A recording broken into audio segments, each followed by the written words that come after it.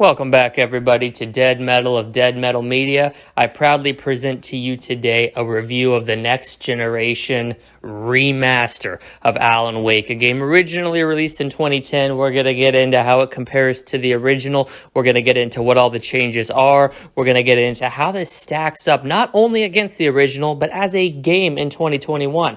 But first and foremost, let's get the pleasantries out of the way. I am your host, Dead Metal of Dead Metal Media. If you like the content, if you want to see future reviews, please hammer that like button, smash the subscribe button, and obliterate the share button. We want to get this out to as many people as possible who are on the fence about whether to purchase the next-gen version or even the last-gen version of Alan Wake Remastered, because this isn't just a next-gen release.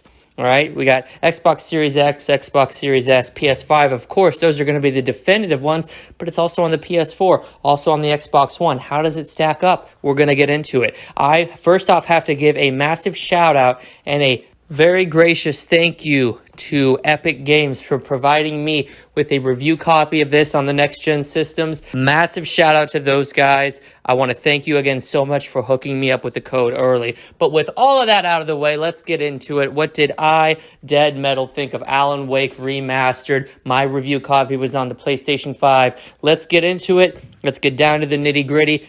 As you people know, I don't like to make my people wait, so let's go ahead and get into it. Alan Wake Remastered, PlayStation 5. What did I think of the game?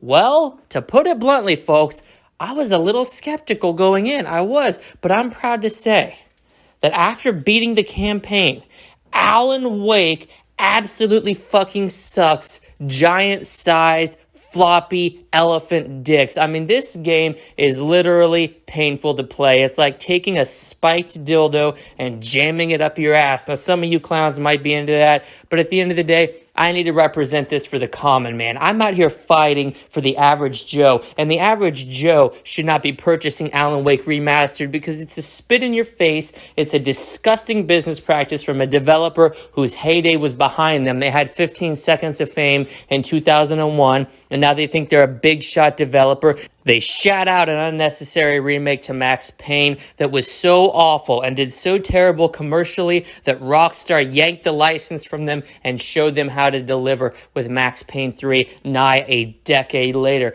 And you'll note that they distanced themselves from sequels ever since that. And these clowns, these Alan Wake fanboys sucking off this atrocious author, are speculating that this remaster is priming everything and the industry for the release of Alan Wake 2. No, it's priming the industry for another catastrophic failure, because that's all Remedy knows how to do. Quantum Break. Nobody bought it. Nobody cared. Microsoft's exclusivity license, catastrophic failure. They dumped Remedy like the trash that they are, threw them out like yesterday's news, and told them to take a hike. They ran into the arms of Epic Games, who embraced them willingly because the scumbags at egocentric Epic will lap up anybody who will take a paycheck in exchange for exclusivity on the PC front. So then they shat out that abomination that should have been an abortion known as Control, with literally the worst video game protagonist I have ever seen. And I have seen some downright abhorrent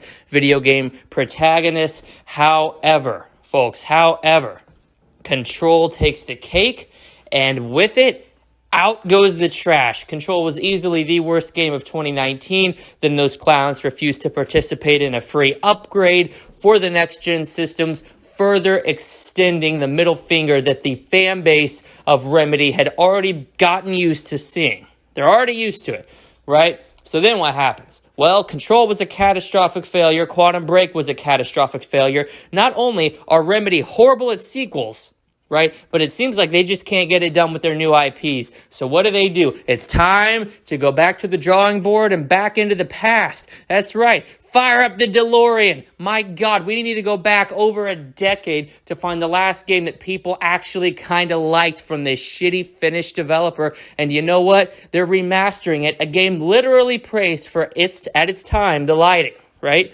A game that depends upon nighttime combat, flares, flashlights, whatever. These lazy fucking clowns couldn't be asked to put in ray tracing. Talk about insulting your audience's intelligence. Yet I've seen them on my videos, these fucking Remedy drones, these Remedy cocksuckers lined up to throw even more money at this horrible, catastrophic failure of a company so that they can maybe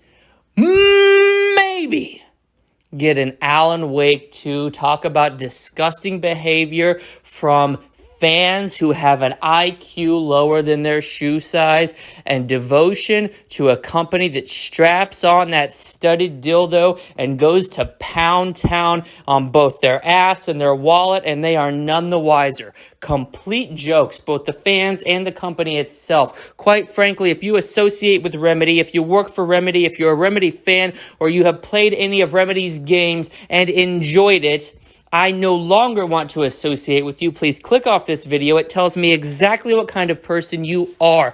A dullard, a low IQ, fucking casual poser who likes to sit here and pretend he plays video games when at the end of the day, all you're interested in doing is funding these Finnish fucks with more money so that they can lay up lazy on their fat rich asses in their mansions shitting out remasters of games because they don't have any creativity left.